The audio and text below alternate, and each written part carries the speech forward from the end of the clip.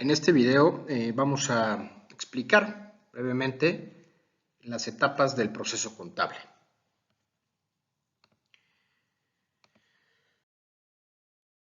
El proceso contable son una serie de etapas y pasos concatenados, sistemáticos, que inician con el registro de operaciones diarias hasta la confección de estados financieros para la toma de decisiones. Este registro de operaciones diarias se va generando en forma documental en las pólizas, conocidas como pólizas de diario, de ingresos y de egresos, y previo a la elaboración de los estados financieros se realiza un documento de trabajo que se conoce como la balanza de comprobación, que no es otra cosa más que el listado de los saldos de las cuentas que tienen diferentes naturalezas, como ya vimos, y donde la suma de los saldos en el debe tiene que ser igual a la suma de los saldos en el haber. Y bueno, en esta balanza de comprobación es la base para la confección de los estados financieros básicos, principalmente el balance general y el estado de resultados. Teniendo estos estados financieros, se utilizan para la toma de decisiones a través de su análisis y, por ejemplo, la elaboración de presupuestos y la comparación con diferentes años, por ejemplo. El registro diario, la balanza de comprobación y la confección de estados financieros normalmente sucede actualmente en sistemas contables a través de programas de cómputo que normalmente cuentan con ellos las empresas. En estos programas de cómputo se van registrando en tiempo real muchas de las actividades que realizan, por ejemplo, una tienda o una fábrica,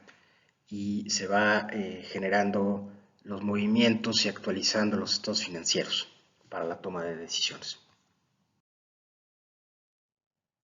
La balanza de comprobación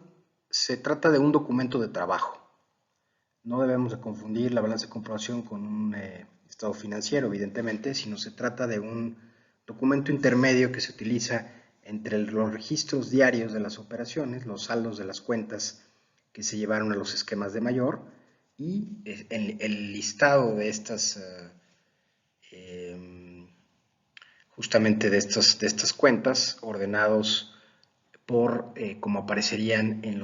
el balance general y en el estado de resultados. Es decir, la primera cuenta que va a aparecer en la balanza de comprobación va a ser la cuenta de caja, seguida por la de bancos, y así en función de su grado de disponibilidad, primero el activo circulante, después el activo fijo, después el activo diferido, después el pasivo a corto plazo, el pasivo a largo plazo, el capital contable y las cuentas de resultados. Y bueno, de esta forma también se tiene que comprobar que la suma del debe sea igual a la suma del haber.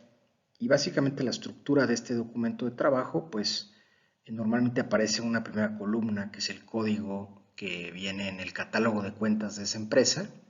el nombre de la cuenta, el saldo inicial con el que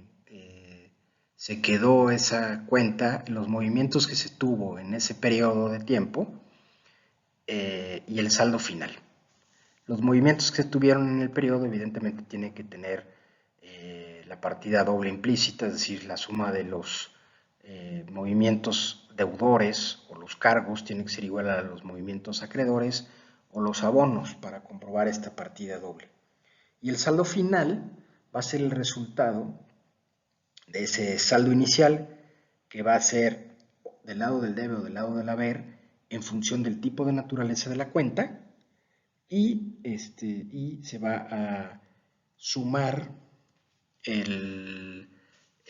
la diferencia que hubiera entre cargos y abonos, ¿no? Para poder obtener un saldo final, que va a ser el que se va a colocar en el estado de resultados o en el balance general.